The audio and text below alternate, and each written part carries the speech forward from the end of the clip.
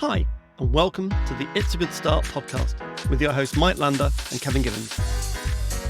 The aim of our show is to help scale-up entrepreneurs master the best of what other people have already figured out so that you can unlock your own potential. We started it because we've both been entrepreneurs for over 25 years and wanted to share our knowledge and our guest knowledge. We're all about actionable insights. We want to take away one or two things per episode that can help you move the ball forward in your business. We really hope you enjoy and keep coming back for more. Glenn, thank you ever so much for joining us on the It's a Good Start podcast. And I know you know Kevin very well. So just for the kind of audience, do you want to just say who you are and your background, what you've kind of done? Okay. Good morning, Mike, and good to see you, Kevo. So I grew up in Australia, and at the age of 21, I decided to set off and see the world. I came over as a kind of a backpacker and pretty much had about 10,000 Aussie dollars, which at the time was about £3,000. And so I was going to spend that money and then head back to Australia, and ultimately got the travel bug and ended up staying in the UK and backpacking on and off for about 10 years. And eventually got a little bit sick of kind of living out of a backpack and decided to set some roots down in the UK. And in that time, I started to build up a bit of a background in IT projects and things like that. So essentially, I eventually pretty much decided I wasn't going to go back to Australia, and decided to settle in the UK. And after about 20 or so years as a backpacker, I just decided to set up the business effectively. So 20 or I'll say that again, 20 or so years of living in the UK and being in IT project management and business analysis, got kind of sick of being someone who was employed or a contractor and decided to set up my own business. And just out of interest, that kind of because I was a freelancer as well. I did something similar, very different, but similar. That gets to a bit, certainly for me, there was a point where I went, it's good money being a freelancer and it's a good lifestyle, but it never builds any value. What kind of happened to you? Why did you decide to, because it's a hell of a step to build a business versus being a freelancer.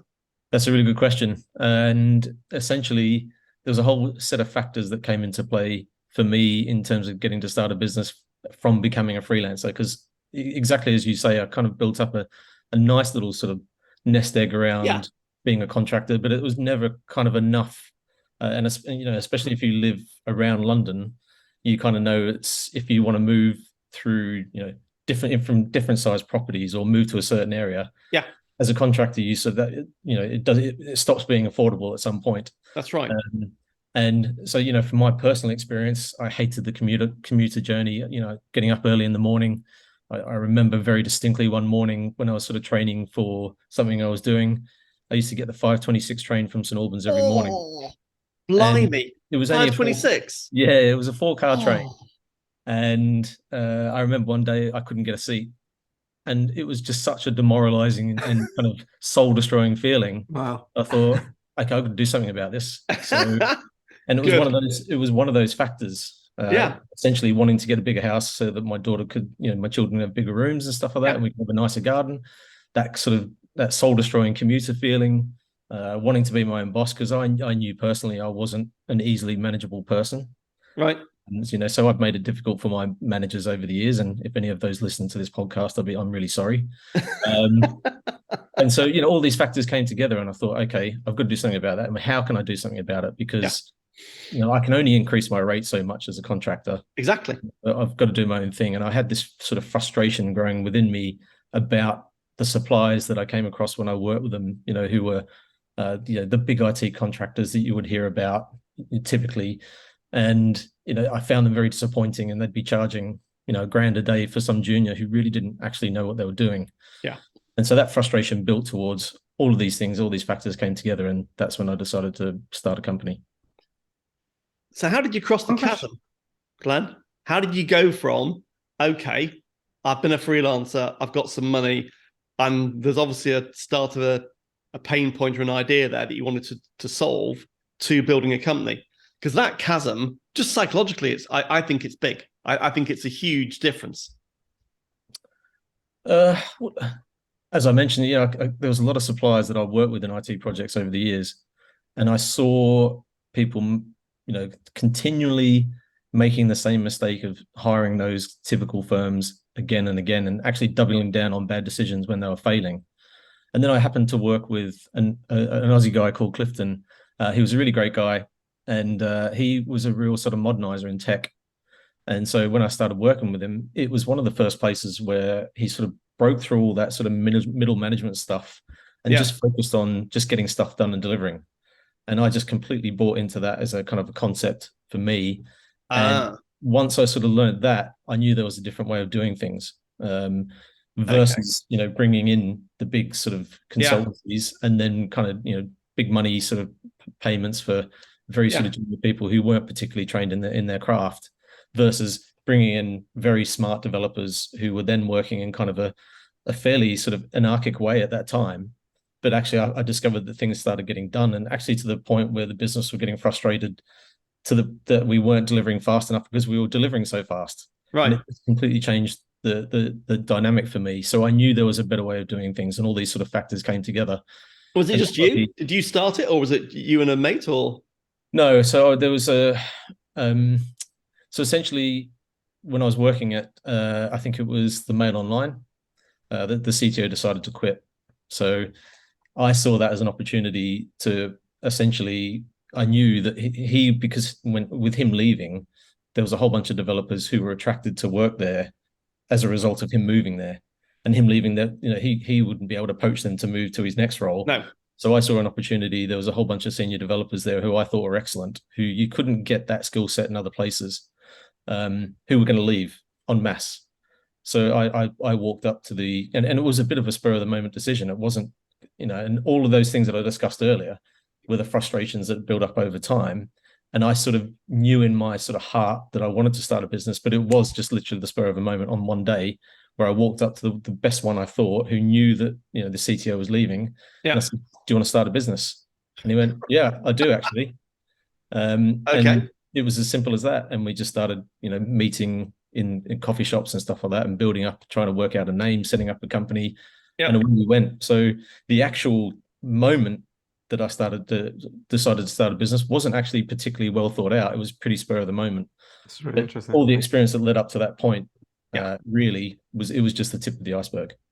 Do you think that's the point that you became more of a salesperson? And like, since I've known you, I wouldn't say you've had a problem letting go of the work. In fact, the opposite. You're very good at delegating and making sure you've got a team in place. But there must have been a shift from I'm the person that's doing the work, and then once you bring the CTO in, was it an instant change to, okay, now I'm hunting for new business, or did you kind of like partner and just work together?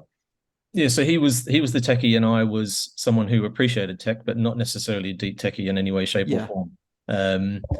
So I knew instinctively what felt right and what felt wrong, which was good from a sales perspective. But Steve was a really good senior engineer with a very sort of ethical approach to the way he did it. So, he was the one that I could take into a pre-sales situation, and I knew full well that his capability would be better than probably 9 out of 10 people that we met. Right. And so, as you guys would probably know, when you walk into an organization, most of them don't have really great tech capabilities. Yeah. And some of them do, but they're not particularly well run. So Steve had these capabilities, to look at these situations and understand how to move it forward in a sort of, from a legacy bit of technology to new technology, or building new technology. And, we'd learned through working with this guy called Clifton that there was a modern approach to doing things. And that was very much his mindset. And it was so that the combination of me being sort of 20 years experience in IT and Steve being 20 years as a software engineer came together very nicely. And so when we walked into pre-sale situations, we kind of instinctively knew, and I did specifically, that we were beating the competition in terms of skill sets and the approach that we took to it. Mm-hmm. And talk about driving sales. So me and Kevin talk about this all the time, about how do you, it's the lifeblood of the business. Once you've worked out, you've got something that people want and you know how to deliver it and it works and people go, okay, it works. That's fantastic. Brilliant. We'll do some more of that. Where do you find the new clients? How do you generate new leads? Because it can be pretty soul destroying. And I know there's a reason why most companies don't get beyond the million. It's very simple. Is that they tend to attract clients who they know. They tend to get good repeat work. They're very good at what they do, but it's really hard to break through. So how did you break? Because you did break through. significantly. How did you break through? I was talking to someone this about this the other day to someone, and I wrote it down because I need to get the thoughts out, because I've never really sat down and thought how we'd sort of grown so successfully by referral. Yeah. That's how we did grow. We grew by referral through the fact that the clients who worked with us really trusted us, and they were happy to recommend us into other places. So we went into our first project virtually from day one. Yep. And myself and my business partner were working in that project together. So which meant, and we then started to bring over other engineers over a period of time. So we started to build up capital for at least the first year. So we took care of the money issue of deciding to make decisions or making decisions about the business, because of the fact that we started to build capital in the business. Exactly. So you had cash reserves, so you weren't sat there going, wow, if we recruit one more person, we can't pay them. How are we going to do this? You built enough reserves to go, we can start to scale. And I've always been someone who was fearful of debt or fearful of getting into debt. That's part of my nature. So I didn't want to live hand to mouth. So we built up that sort of capital reserve. We worked very, very hard in that period of time, and running a business and doing all the stuff around a business at the same time as working in a project. And then we sort of finished that first project, which was successful, and we started to build a good reputation at that point, and then moved into our second project in the same client. Yeah. The second project was really successful, and there was a group of people within that project who came together and did something in a very short space of time. Like, they built something that typically takes 12 to 18 months in 4 months, and they did it really well. Wow. So that ended up with a whole bunch of people, including the CTO that we did it for, people who worked on the project, who went off in different directions to their next job. Other people went into different places, and all of a sudden they started talking about us as, an alternative to the typical sort of bad software development companies or agencies that you might come across, who don't do things in the kind of right way in my mind. And so for me, it was a system. The whole referral thing is a system. It's, are you sort of transparent and ethical in the way that you approach things? Do you overprice it? I always felt pricing was important, because I think people just immediately whack on, it's got to be 60% margin. But I knew we couldn't do that, because you couldn't just walk in and kick open a door by being overpriced. Yeah. And by overpriced, Glenn, just so I'm clear and the audience is clear, that relies upon good, great market knowledge. So you knew where the market was, you knew what your competitors were offering, so you knew where the price points were. You weren't guessing. Yes, and there was a key point in that kind of journey, which is, at the start, we were a UK software development consultancy, so it was made up of UK software developers. Yeah, so it's all onshore. Yeah. So, I found that difficult in my head, because of the fact that you had to pay UK developers a good wage, exactly. And typically the good ones wanted to work from home anyway.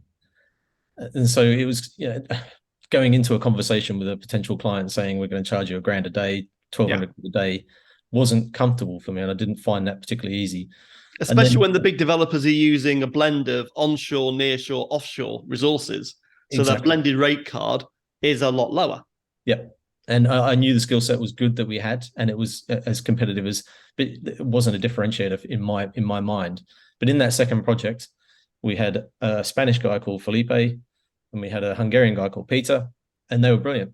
And Peter came to me one day and said, I've got a team out in Hungary. There's more like me. He did. I didn't know when he joined us on that project that he had a little team out in Hungary, and he said, do you fancy sending him some business out there? Yeah. So yeah, why not? And then Felipe came to me and said, I want to be back to Spain. I'd be really interested in starting a company in Spain. So we started talking about that. So actually, the third project in our second client was our first kind of nearshore experiment. Yeah. And the price point was a really nice price point. It was above kind of the sort of India and offshore rates. Yeah. And it was much lower, at least half of the UK rates. Yeah. And that is where I thought, okay. At the same quality point. Yeah. And I knew I was getting really high quality developers.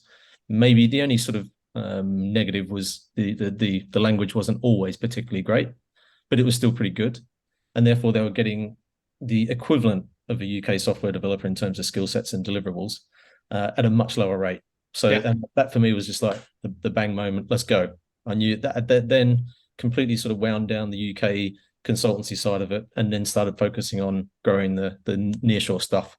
So, and with that sort of, the good engineers behind me, that Felipe, Peter, and Steve, really good software engineers, I could walk into a pre-sale situation with this price point and knew very, very confidently with people who would be referring us in, because we were doing things in a kind and transfer. Because I fundamentally believe that business should be kind, and that you don't have to go in and rip people off and look at margins and all that. So you look at the situation that's in front of you. And that's why I say everything's the referral thing is a system, and it's understanding who's sitting in front of you, what they can afford, what they want from you, what sort of engineers they want to get from you, that they don't want to have one senior engineer and 5 junior engineers who are not capable of delivering.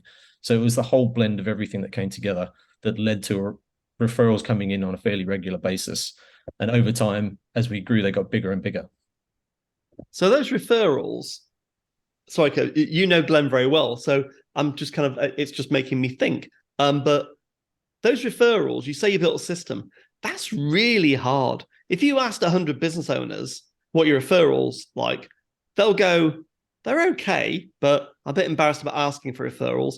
And we don't get that many inbounds. We get a few, but not that many, which is why they fail to break through. But you managed to do, was it because that tech community is very connected naturally, or was it because it was just so different? Or how do you build the system?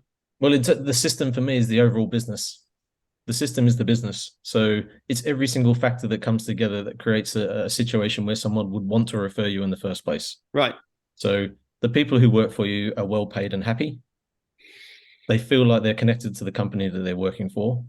The clients trust you in certain situations, that if they come to you, and of course, when you're a consultancy, you do things wrong. You don't always get it right, but hopefully you do it better than the others. So I was confident when we walked in that we had sets of engineers who were doing as good as or a better job than the competitors that we were coming up against.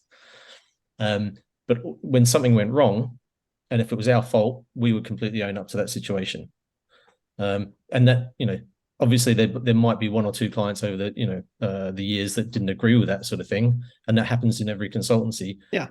95 to 99% of the time, our clients would appreciate the fact that we'd say, right, we messed up, we'll take ownership for that, we'll knock off that part of the bill, even if it was a cost to us or a loss-making thing, or if it was like meeting in the middle of the road, so they'd been partly responsible and we'd been partly responsible, we'd negotiate. We'd say, okay, we'll wear 50% as long as you wear 50%. So it was always a recognition of the fact that we were doing the right things, being transparent, being honest. And I was very, very honest, and I wanted those values to filter down into the organization. So, that whole system came together where people could see that the people who were working for us were enjoying it.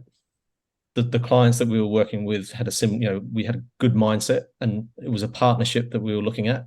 And if we felt that over time that client wasn't really someone who was, like, for example, if they were burning out the team who was working for them because of the fact they're putting so much pressure on them, trying not to pay as much as they can, working them, we would look at that situation and try and dial it back, because we knew we didn't want to lose our engineers. We wanted to keep a low churn rate.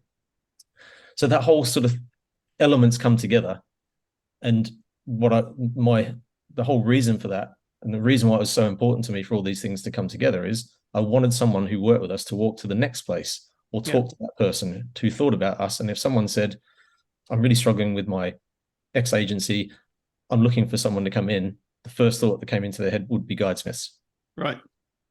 I remember you talking about, there's a book, isn't there, about restaurant service, and that being kind of a turning point of how in a, I don't know, Michelin star restaurant, everything is perfect in terms of treating the customer and giving them what they want, and just excellence in the overall service. And do you want to talk about that in terms of how you maybe took ideas from that model and turned it into an agency? Sure, mate. So, well, remember, Kev, it was a book called Setting the Table by Danny Meyer, and he owned and founded a couple of businesses in restaurants in New York, which are very well known. I think it was called the Gramercy Tavern or someone like that. And I think he also, if anyone's very knowledgeable about him, I don't think he covered himself in glory when the pandemic hit. But leading up to that, he was an inspiration for me. And I sort of read a couple of business books about IT and setting up a business. I bet this is boring as hell. I'm not interested in this. This isn't my inspiration.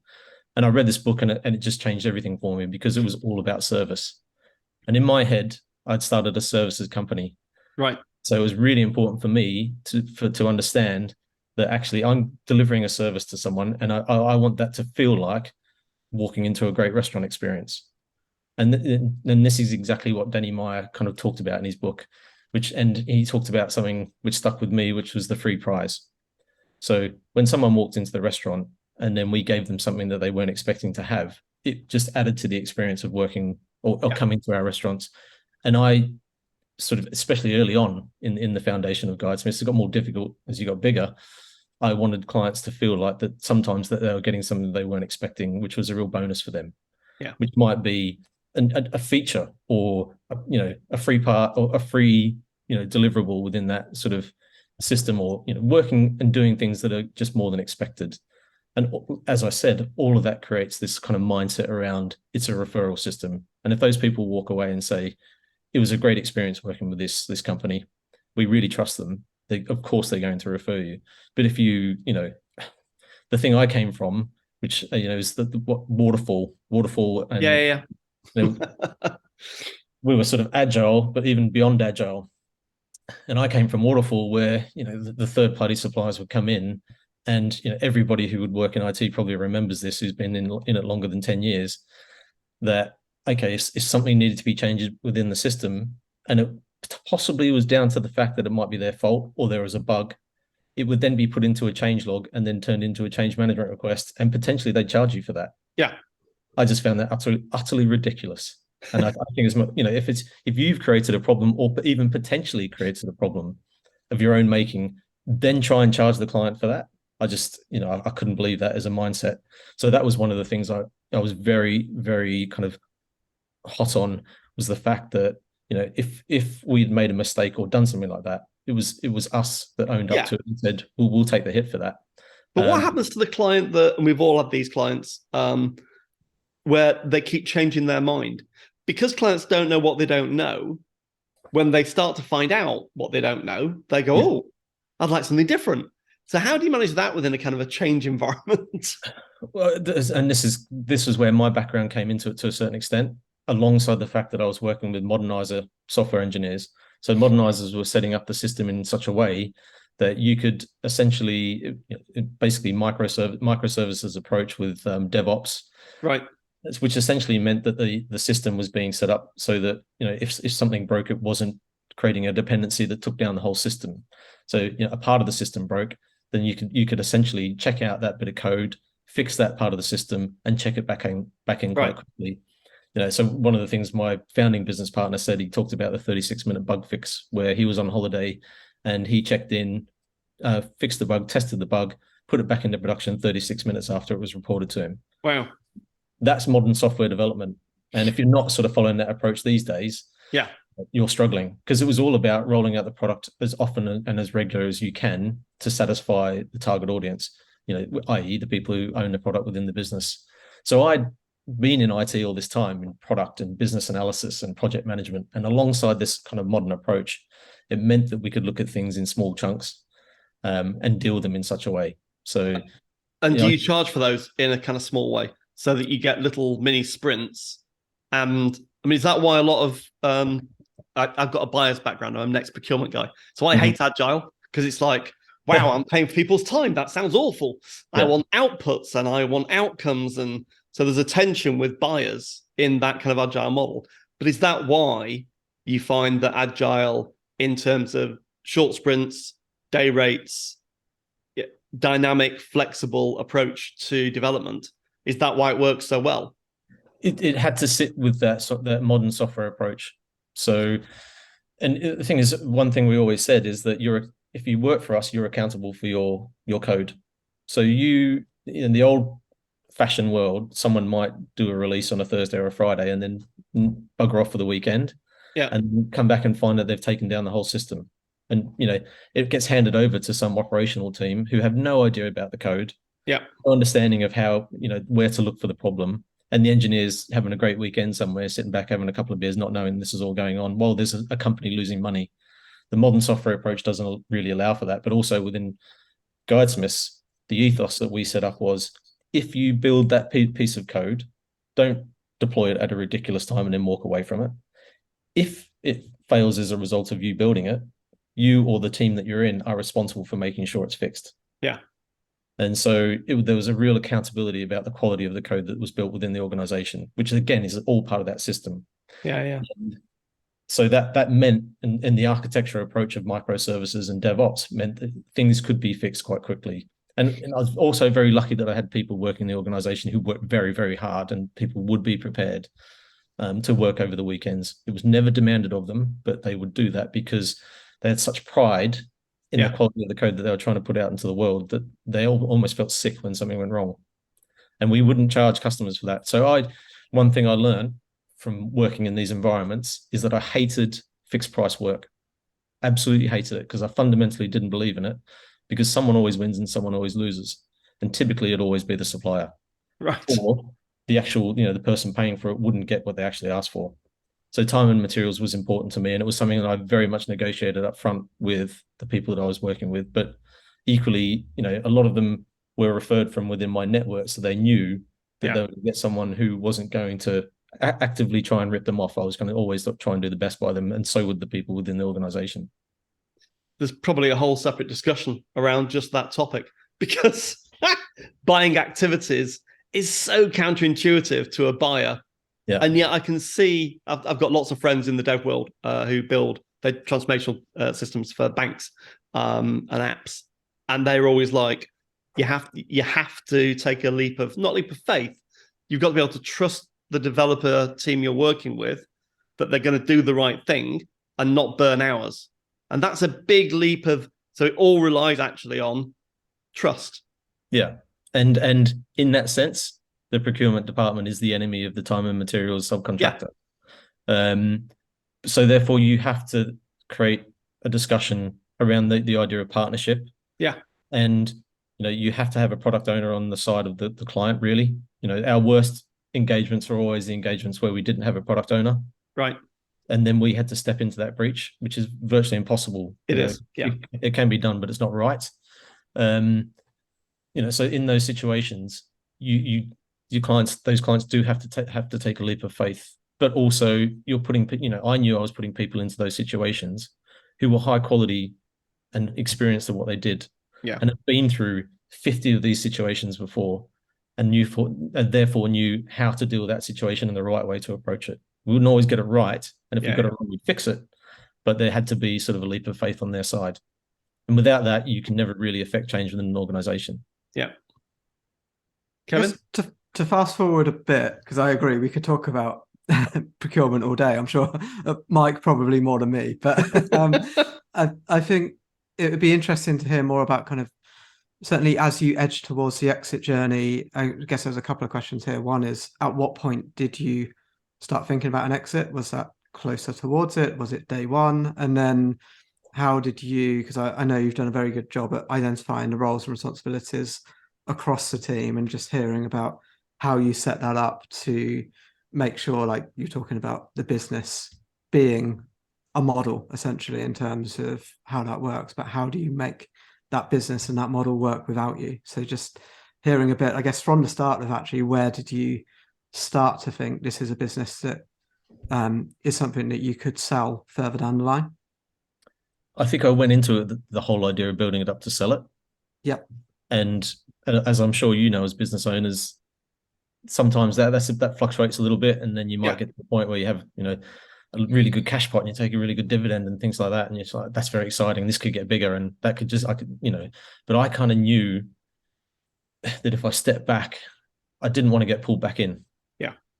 And because of the fact that I didn't want to have a successful business and then bring someone in and then come back in as the kind of CEO at a moment's notice while I'm enjoying my life, kind of thing, or doing other things, and set myself up to do other things. So there was always a part of me that was building it to sell, and I kind of knew that deep down. So over a period of time, certainly for the first couple of years, I didn't really know how to run a business. It was all new to me. It was all just learning on the job. And I wasn't running a business at the beginning. I was basically, effectively a contractor working with a bunch of contractors. And then eventually it got to the point where, I remember one day I sat and looked at my to-do list, and this was about 2 years after I started the company. And I think it was 47 items long for one day, which, I think I listened to your podcast just before I jumped on here, Kevo, and you sort of said the same sort of thing. You get to the point of, you're just so full. Exactly. I just thought, right, I've got to change this. I have to change this. This is not right. I'm burning myself out at a pretty rapid pace, but loving the journey. So I knew at that point I needed to start thinking about how I need to start getting rid of some of these tasks. And then, people started to come in, and I really enjoyed delegating, because I've said this to Kevin before. I am fundamentally lazy as a human being. So there's actually a great article you recommended. It's lazy leadership, isn't it? But I remember reading that, and I completely get that's how you work, and I think it's a great way to do it as well. Yes, and it's a guy called Andrew Wilkinson who's started loads of successful businesses. And I remember he said, people, you see these articles where people get up at 6 o'clock in the morning and have their protein shake and go to the gym and come back. Okay, I go to the gym, but I go to the gym at 8:30 in the morning. Yeah. And I wake up at 7:30 and mess around on my phone for half an hour and stuff like that. So in that sense, when I say I'm fundamentally lazy in that sense, and that I hate hassle. So if something to me becomes a hassle and I don't enjoy it, I want to push it away from me, and I find a way to push it away from me. And that's what I did within business. As soon as something became something that I just didn't enjoy and I didn't want to do, I'd rather just spend my time doing the stuff that I did enjoy, which was growing the business and the interactions with clients and people who, building up the team and things like that. So, I knew when it got to that point, when I looked at that to-do list of 47 items, this is it. I've got to do something about this. And the first thing I did was find an admin person to come in and start taking away invoicing and all the sort of admin tasks. Yeah.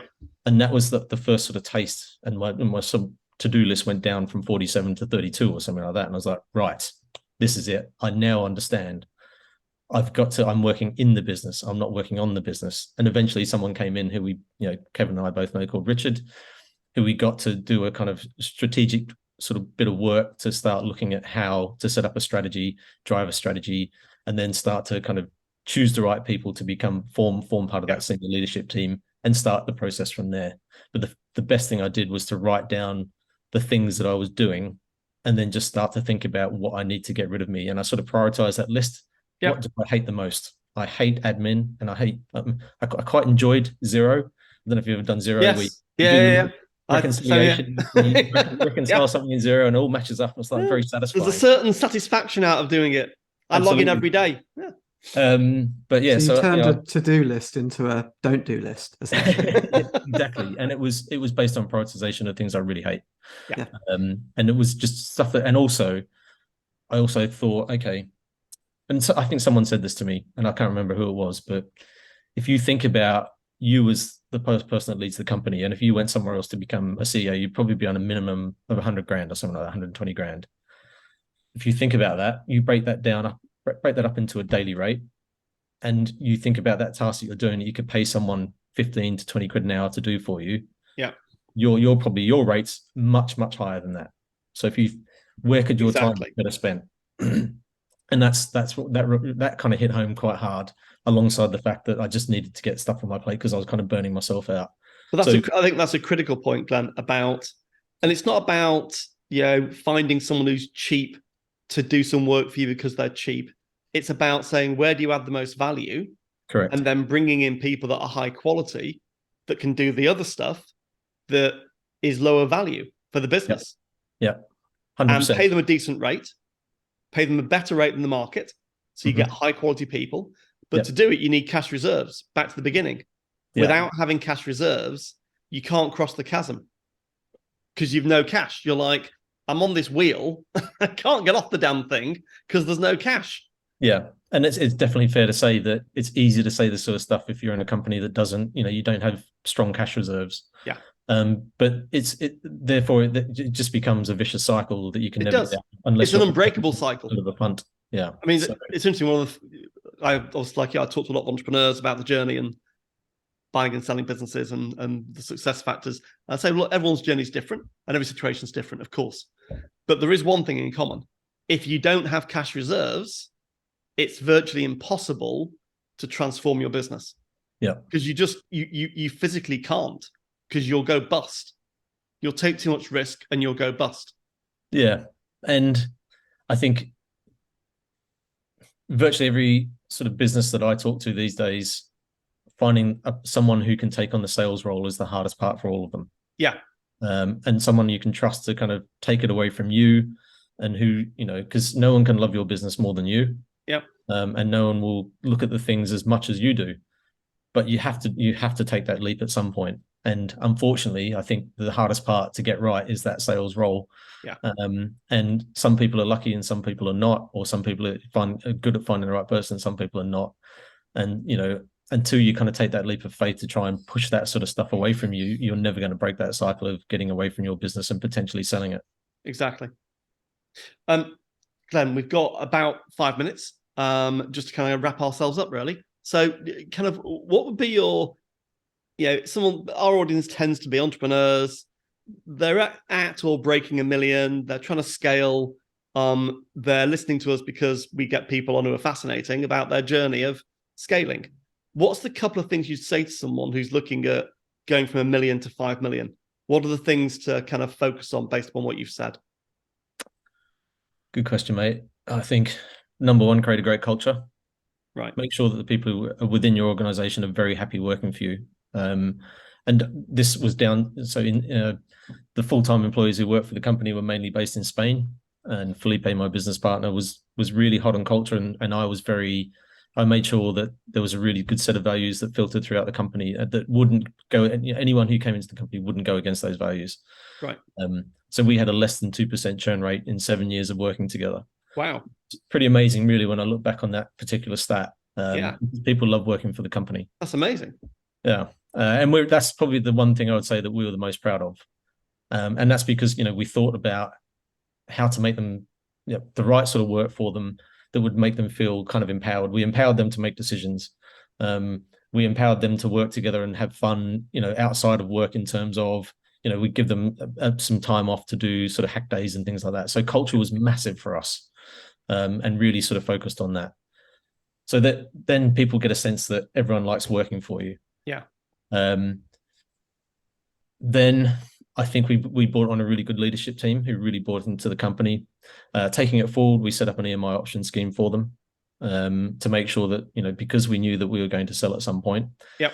That, there's no point setting up an option scheme if you're not going to sell, unless it's a dividend paying thing. What's the point? Yeah. So we did that. What else? I mean, there's so many things I could say. But just those two things. If they got the culture right and they built a leadership team, you've got the foundation stones, and they build cash reserves. Those three foundation kind of pillars. Yeah, well, set you up for the next stage. And one of the things is we had a very clear strategy. So we got to a point where, when we worked with this particular kind of strategic coach, Richard, he made us do a kind of what you call a one-page business plan. Yeah. And I'd seen a previous version of it through someone else, and I didn't really like what I saw, because they did it in a kind of almost a kind of silly way, but it still worked for them, and that was the way that but I wanted to do it in a professional way. So I got a UX designer to come and help create this professional looking one-page business plan. Yep. And the point of that is that everyone who was being put into the leadership team had to contribute their constituent parts to that strategy. And they did, and we did it really successfully. And it was a bit clunky the first time we did it, but by the second time, I had nothing to do with the creation of that. Felipe had nothing to do with the creation of that. The people who were in the senior leadership team created it and then presented it to us. Brilliant. And then we filtered that down into the organization, so people were very clear on what we were trying to achieve. And that sort of crystal clear view of what we were trying to achieve as an organization was really, really important. And we had very consistent values, a very consistent vision and mission.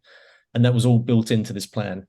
So that plan, the culture, and making sure that people trusted us, those things coming together, for me, was what led to the scale of the business. Yeah, because I remember you saying, in terms of what allowed you to step back, was everyone else stepping up. And that's obviously a key part of it. If no one else is stepping up, you have to step in. Yeah, and one sort of little development I think that was important is that we started a board. And at the beginning, it was just myself and Felipe talking at each other.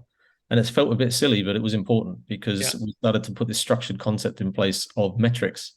Yeah. And once we started pulling out those metrics and seeing those metrics, it meant that we started to really understand how we could step back, because once that data was presented to us and we started to grow that data in various parts of the constituent parts of the typical business, we knew, I think when we started, our first board report was 5 pages. Yeah. At its worst, it got to something like 93 pages. And I remember, sitting there thinking, this is all useless information. So there's a whole bunch of stuff that I'm just not interested in, because I'm not interested in the board being about success. It was about the things that I needed to focus on to make sure that the right things are going on in the company. So we cut it down. I think eventually it got to a consistent sort of 40 pages report. Right. And what would happen is that the board report would get sent to us 2 days before the board meeting. And then myself and Felipe would essentially put sticky notes on the areas of concern. And then the board meeting was only an hour long in the end. It used to be 3 hours. It was an hour long. And essentially we'd just go through the issues that were concerning us, because Felipe and I weren't actively involved in the business. And then we just feed back and say, well, okay, what are we doing about this? What's the mitigation for this? And the leadership team would report back on that and say, okay, this is what we're doing. This is the plan. And that became so powerful, because they knew leading into that meeting that they had to have a plan in place. Exactly. It wasn't good enough to have a problem and not have an explanation of what was being done about that problem. So, that sort of the metrics was really important in terms of setting up the leadership team, and for us to be able to just independently be able to look in the business. And the tools that we put in place. So we had something called Dear Lucy, and Dear Lucy sits over the top of Pipedrive. Right. So I could basically log in at any point and just see, okay, what was going on with the sales pipeline and what's our weighted value in terms of the pipeline. Yeah. Various things like that. And of course, zero, which is addictive, all that sort of stuff. All these things you log into, I could do these things independently when I needed to, but it all came together in terms of the board pack. Exactly. So if I was actively worried about something, I could find out without trying to bother the team the entire time, because it's important to let them do their job. But also that board and the board metrics and the strategy, it all came together very, very succinctly and very clearly to people who knew what to do in terms of their job and get it done, so that the organization could keep growing and moving forward.